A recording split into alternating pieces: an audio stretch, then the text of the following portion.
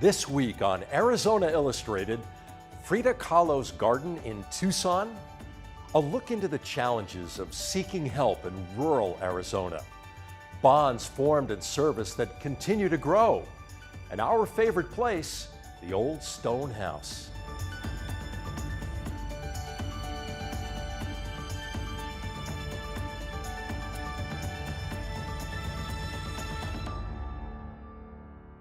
Welcome to Arizona Illustrated. I'm Tom McNamara. Last year, the New York Botanical Garden presented an exhibit that examined Frida Kahlo's appreciation for the beauty and variety of the natural world. They did so by reimagining the iconic artist's famed garden and studio at the Casa Azul, her lifelong home in Mexico City.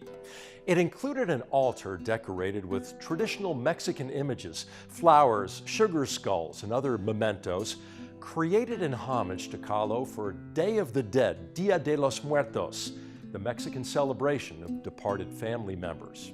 Why am I telling you all this? Because it has been reimagined once again right here in Tucson.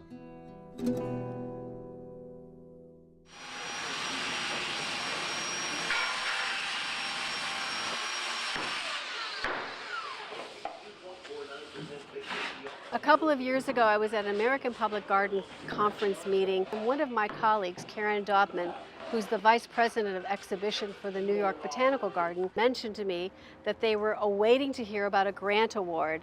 And I said, about what? What kind of grant? And she said, well, we're going to mount a Frida Kahlo exhibit. And the minute I heard that, I thought, Tucson needs this.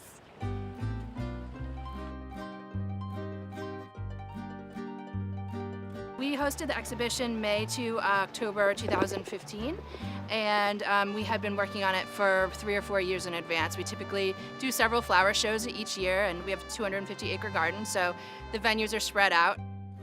And we were able to secure a National Endowment for the Humanities grant, but in order to get that, they really want the work that you put into an exhibition to live on. And so we immediately started looking for partners, and the Tucson Botanical Garden seemed to be a perfect fit. And I thought, I don't know how we're going to do this, but she said, so what parts of this exhibit do you want? And I said, I want everything, except the artwork we couldn't accept and a few historical items. I said, just pack it all up and ship it. We'll get it shipped. And Pima Community College was able to recreate it and rebuild it. And it has just been a labor of love of the entire community partnering to make sure this happens.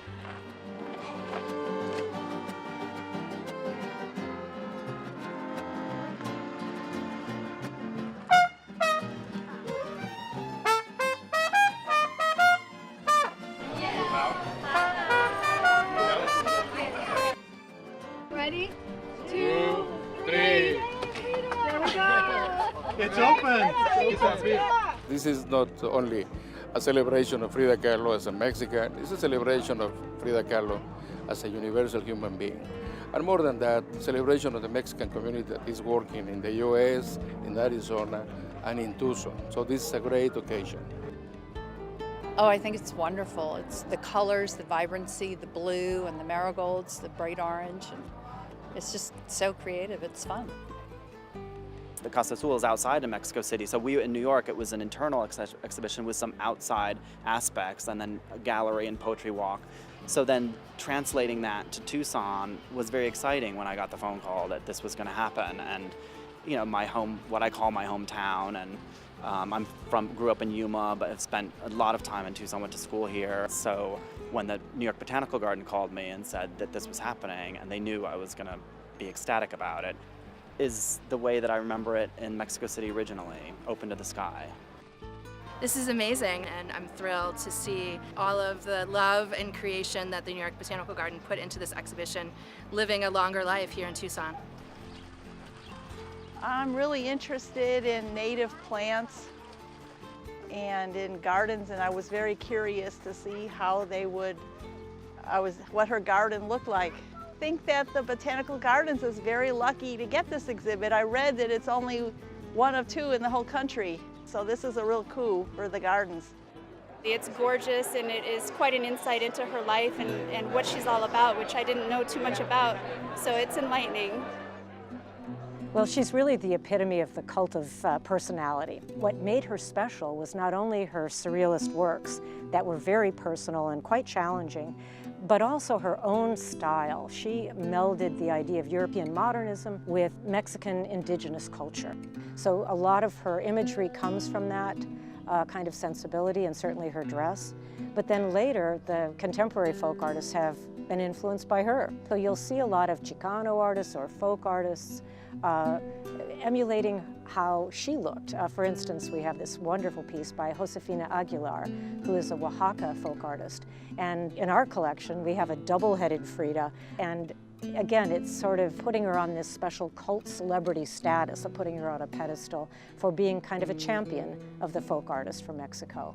And then we have another artist, David Teneo, who's a well-known Chicano artist, a mural artist from this area, and he's often painted her image. And then I think when you go to see the festivities around Dia de los Muertos, a lot of people will dress up as Frida. So she's become almost as much of an icon as the Virgin of Guadalupe, because it's such a recognizable image. We hope that people feel that same inspiration when they come here and they read about Frida Kahlo and how nature inspired her to do the work she did. I also hope that, you know, it's difficult. Sometimes you always, as a botanical garden director, have to figure out ways to inspire people to become environmentalists, to become gardeners, to become appreciators of nature who might not otherwise walk into our doors. So this just gives us another opportunity to make a connection with someone who might not be a botanical garden aficionado or even an appreciator, and show them all that we have to offer, which is much more than even Frida Kahlo. There's a lot of many components in this wonderful urban garden in the middle of Tucson. Arizona's rural communities face a mental health care provider shortage that puts people's wellness and sometimes their lives in danger. Next, we explore the reasons behind the shortage and what rural residents are doing to address it.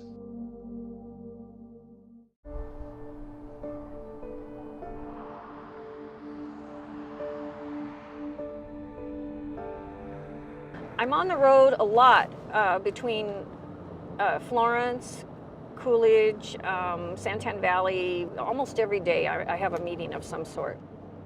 Tonight, Sheri George logs another 20 miles. Farm fields rush by as she makes her way to one more meeting. The Santan Valley resident is on a mission. She's fighting to get her neighbors the help they need by bringing mental health care services to rural Arizona. On a daily basis here in the state of Arizona, kids and adults are denied access to treatment for mental health and substance use, or as they call it, behavioral health. I mean, it is truly shocking. It isn't shocking for Dan Dirksen. As director of the Arizona Center for Rural Health, Dirksen works with rural communities and tracks their access to care. He says more than 1 million Arizonans live in areas where mental health services can be hard to come by. We have shortages. The highest need specialties that we identify: behavioral health providers, psychologists, behavioral health workers, psychiatrists in rural areas. Once you get outside of Phoenix and Tucson and some of the cities like Flagstaff and Yuma and a few others, you really are in quite rural and often frontier areas of the state where there may not be any health providers at all for many miles. Part of the problem is attracting health professionals to those areas and keeping them there. Most of our training in health professions, many of those health professions, is in big cities. Where do people end up in practice when they graduate? In big cities, often within a couple miles of where they train. So our challenge is really, how do we move that health professions training pipeline for behavioral health and some of these high need specialties closer to the areas of need? Rural communities face other challenges too: lack of funding and transportation, inefficiencies in the state mental health system, and confusion about how to navigate that system keep many rural residents from seeking or receiving the care they need. There's no agency acting on behalf of the county and explaining what the needs of the county are. And then there's nobody out in the rural communities to help the families. Any type of services are probably 70 miles away in a lot of cases. And then if you do have your loved one over in Phoenix at a facility, if you're lucky enough to even get them there, how do you visit them? How do you support them? You know, they're so far away. And then many families can't afford the gas, you know, back and forth. It costs a lot of money to go back and forth. That's why Sheri George keeps hitting the road. She's inspired by the struggling families she meets in rural Pinal County and by her son, Jay. He was very, very sweet. A key thing about Jay when he was small is he was always for the underdog, so to speak. He was always concerned about other kids, and if they were being picked on by someone else, he wanted to defend them. Always concerned for people who were more vulnerable and needed protection or help. In high school, Jay began to suffer from depression and self-medicate with drugs.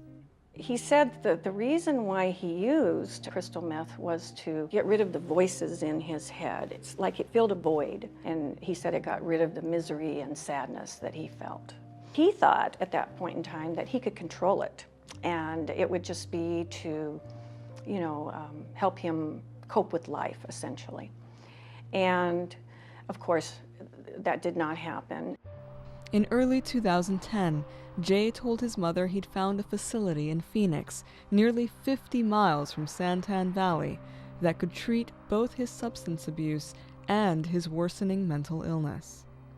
He actually put his belongings that he thought he would need, his personal care items for the hospital, in a pillowcase. And he and I walked through the doors of this facility. I was with him through the whole time, and when we walked through there, when we walked through there, he had this incredible look of hope on his face. I hadn't seen that in a long time. I'll never forget that.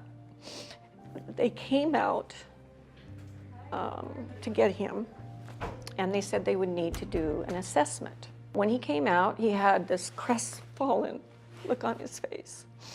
And he said, "Mom, they said that I'm not bad enough, and they're not going to admit me." Just weeks later, Jay Joachim took his own life. It was then that Sheri set out to learn why her son had been unable to get help. I remember having an epiphany one day when I spoke to an assistant director at a state agency and explained some of the barriers that people were encountering and that we had encountered. And he said, "If you don't like it, go talk to the legislature." And he was just completely uncaring and unconcerned and just responded with that very terse answer. And so I remember thinking, you know what? If nobody else is going to help these people who need help, then I'm going to start. We have a few people here in our area that want to do something. So if nobody else is going to do it, we're going to do it. But that's all under Florence's governance now, as opposed to Coolidge. The Santan Valley Substance Abuse Coalition held its first meeting in October of 2011. Since then, it has pushed for statewide reforms that could help rural residents. It has also helped nearly 200 families find services and poured thousands of hours into researching the behavioral health care needs of rural communities. It is critical that every county have a community coalition or an access point to care that can coordinate the behavioral health needs for that county with state and service providers. We have to make sure that anyone who needs that help gets it. Community activism like Sheri's can go a long way. Patricia Rogers, the outreach coordinator for the Southeastern Arizona chapter of the National Alliance on Mental Illness, has seen community and peer-to-peer groups step in to offer needed services in rural Cochise County. Some of them have mobile outreach programs where they travel to different communities and have meetings. The fact that they're smaller communities and so many people know each other can encourage people to help each other. But rural communities need more support than what they can provide for themselves. If we don't deal with it well by having the types of health providers we need in the communities where they're most needed, readily accessible, can't be 3 months when you're in crisis and you need immediate help, then we pay for it 10 times more by incarcerating people, putting them in jails, all these types of things that we do when we don't have an adequate health system for behavioral health services. If we don't invest, we're going to pay for it down the road. It's just a matter of where you decide to pay and how much collateral damage you're willing to do to individuals and to families by not getting the services they need where they most need them. In late 2015, the coalition led by Sheri George helped secure the first comprehensive behavioral health center in Santan Valley.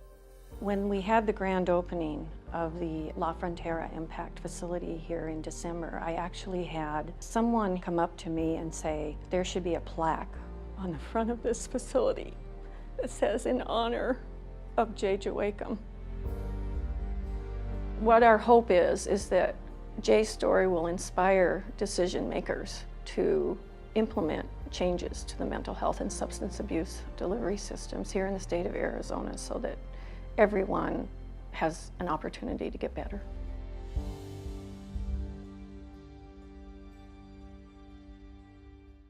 Military veterans and their families serve our country every day in countless ways around the globe.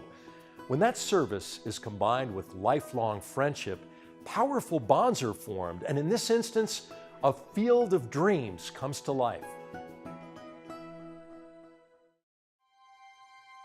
The Arizona wine industry has been around since the 16th century when the Spaniards planted grapes over in the Santa Cruz River Valley, and it really got going here in the early 80s.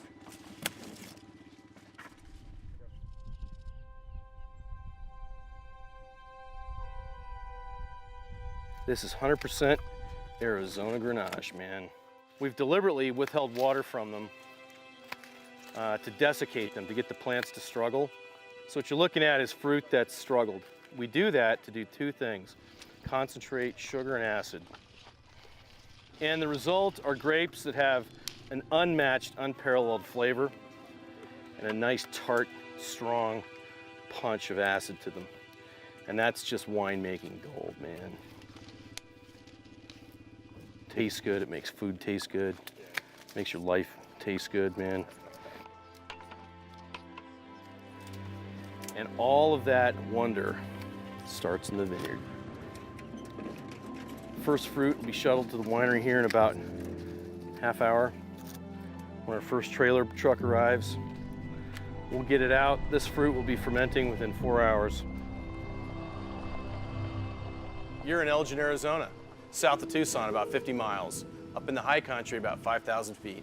Arizona's only American viticultural area. That's right, you're along one of the most famous wine trails in the country.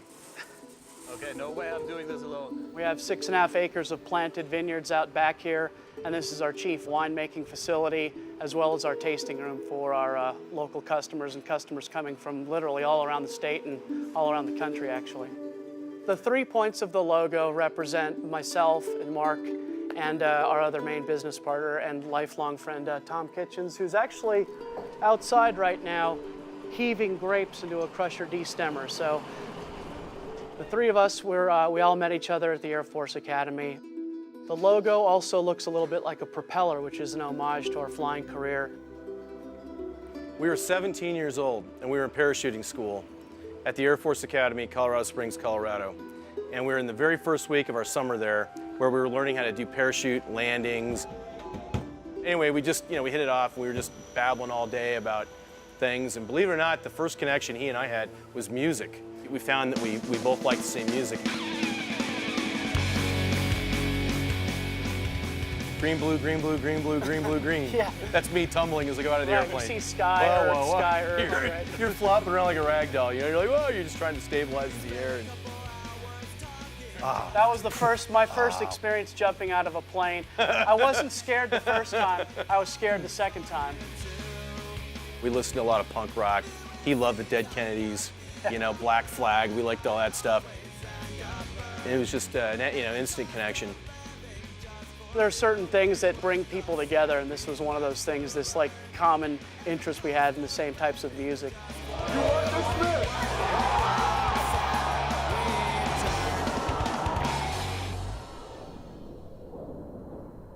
I initially started flying transport. That was my first assignment with C5s. Didn't do it for very long. He flew C5s too. But I went and I was an instructor for many years, and I went into special ops. Flew a very highly specialized helicopter at the time, low altitude penetration into denied airspace. And I was mostly down in the Balkan War, Africa, hotspots over in that part of the world. It's a miserable, rotten business, and you know, the more infrequently we can go to war, the better. But when we do, we need to do it right, professionally.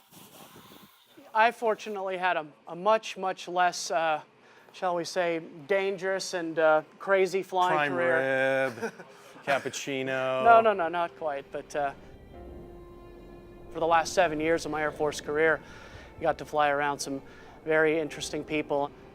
Everybody from the Vice President on down, Secretary of State, Chairman of the Joint Chiefs of Staff, First Lady, and a host of congressmen and senators as well.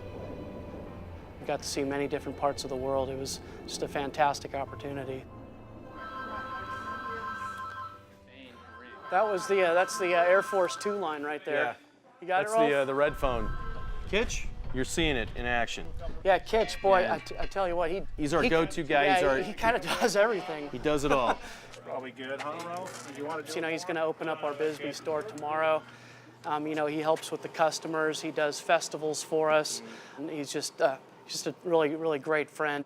He's just a big lovable guy. We're the best of friends, but we're radically different from each other. But you can see this nice, rich, black, oily color here. He's more of that meticulous scientist, that thoughtful artist that he is, and so winemaking was perfectly fit for Mark. And so he took on the role of our chief winemaker. On any given weekend, him and Rolf are here with purple hands. We knew what the sugar content was when we started, and when we now put our hydrometer in here. And then I run the vineyard, and I make sure that our vines are nourished, planted on time, that they're pruned properly, that the vineyards are kept secure, that our equipment's maintained, that are on and on and on. It's a really amazing, wonderful, and perfect Period of way collaboration. to have our own independent ways of doing things, but then coming together. 2013. Cheers. So it's actually a long time ago in ancient Greece, one of the uses for wines was like literally to loosen the tongue and join in a symposium, right? So a group of people, you know, intellectuals or philosophers, By the old Air Force rules. to basically get to the point where they were having open discussions with each other, but not getting too inebriated where the discussion would just completely fall apart. I want to try some of this wonderful 2009 Sangiovese that has that dried fruit and nut characteristic. And gosh, you guys are slow. I'm already on my next one here. I love wine because, number one, I'm in the wine business with my best friends. You know, I get to work every day with people I've grown up with. We've been out snowshoeing in New Mexico with a bottle of our wine and just crack it open and drink it like the old days. It doesn't matter. It's all fun. It's all good. We're passionate about it. We love it. There's nothing better than wine. Crazy AIDS. God, yeah. Good old punk rock. A bad day here at the winery is actually a pretty good day because you're doing what you love. You get to be around people that you really care about, and then when customers come through the door, you know, hopefully you're making their lives a little bit brighter as well. Literally building something from the ground up, you know, and maybe being able to pass that on down. I want to be around people that add something to your life, and Mark definitely adds a lot to my life. I got 27 friends killed in the war. You know, I've come close to losing my own life several times, and I don't take any day for granted, period, dot. I knew this guy when he had hair and he was 17, you know, and one of us will see each other on our deathbed, you know. It's just, if I can just go through my life and have those rich, extraordinary experiences surrounded by the people I care about, doing what I love to do, I will consider that a successful, rich life.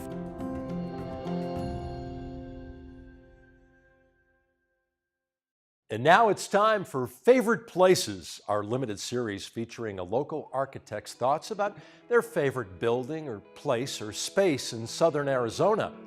For Rob Paulus, it's the remains of a homesteader's home built in the 1930s in the Tucson Mountains, the old stone house.